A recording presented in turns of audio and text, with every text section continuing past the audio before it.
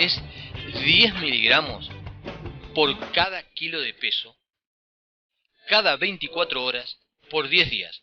Toma nota. O sea, un comprimido cada 10 kilos de peso del perro, una sola vez al día, por 10 días.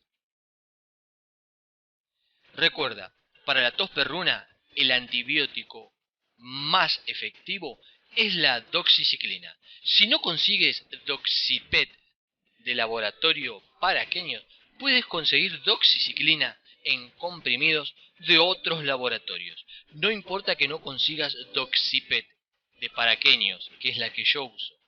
Cualquier doxiciclina de 100, de 150 o de 200 miligramos en comprimidos puede ser muy útil para que trates a tu perro contra la tos perruna. Si este video te ha sido útil, por favor, haz clic en me gusta ahora. Muchas gracias.